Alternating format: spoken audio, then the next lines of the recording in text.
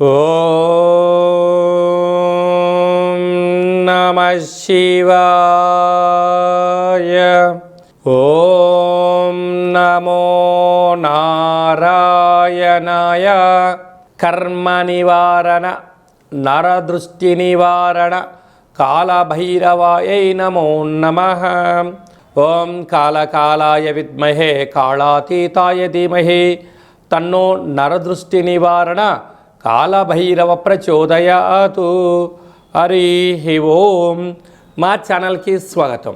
చూస్తున్న వీక్షకులకు ప్రేక్షకులకు ప్రియ కాళభైరవ భగవద్బంధులకి స్వాగతం పలుకుతూ, ఈ సంవత్సరంలో జరిగినటువంటి అద్భుతాలు ఐశ్వర్యాలు అలా జీవితకాలంలో నిత్యము ఐశ్వర్య ఆనందంగా గడపాలని, సకల అష్ట కష్టాలకు స్వస్తి పలుకుతూ నూతన అధ్యాయ జీవితంలో సువర్ణ అధ్యాయానికి స్వాగతం పలకాలని కోరుకుంటూ, అందరికన్నా ముందుగా శ్రీ పరాభవనామ సంవత్సర పండగ శుభాకాంక్షలు.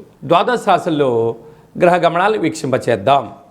మిథున రాశిలో దేవగురు బృహస్పతి సంచార స్థితి, సింహరాశిలో కేతు సంచార స్థితి, కుంభరాశిలో చతుర్గ్రహ సంచార స్థితి, రవి కుజ బుధ రాహు సంచార స్థితి, మీనరాశిలో శుక్రుడు మరియు శని సంచార స్థితితో ద్వాదశ రాశుల్లో గ్రహ గమనాలు ఈ విధంగా ఉన్నాయి.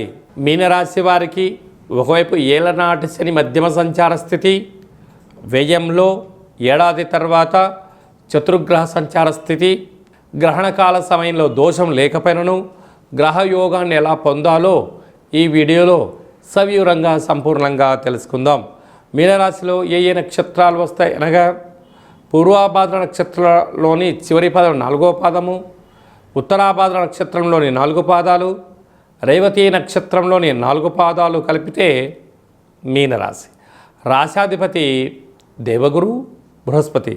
వీరికి రాశిలోనే శుక్ర భగవానుడు శని భగవానుడు ఉండడం వల్ల నూతన వస్త్రాలు, బంగారు ఆభరణాలు, షేర్లు, గృహాలు, కార్లు విక్రయాలతో ఆనందకరమైన జీవితాన్ని పొందబోతున్నారు.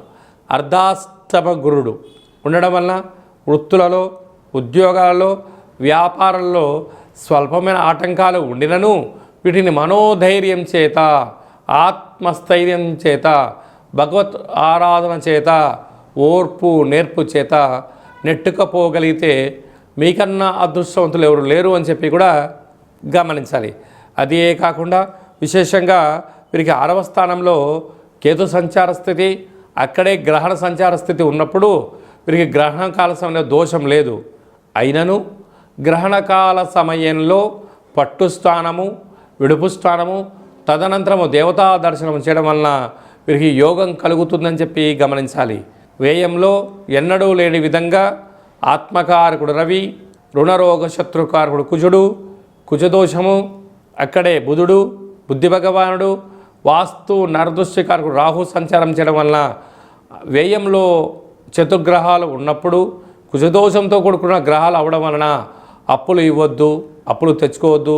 దీనివల్ల పోలీస్ స్టేషన్లు, కోర్టు సమస్యలు, ఆర్థిక లావాదేవీలతో అనేక రకాలుగా ఇబ్బందికి గురయ్యే పరిస్థితి ఉంటుంది.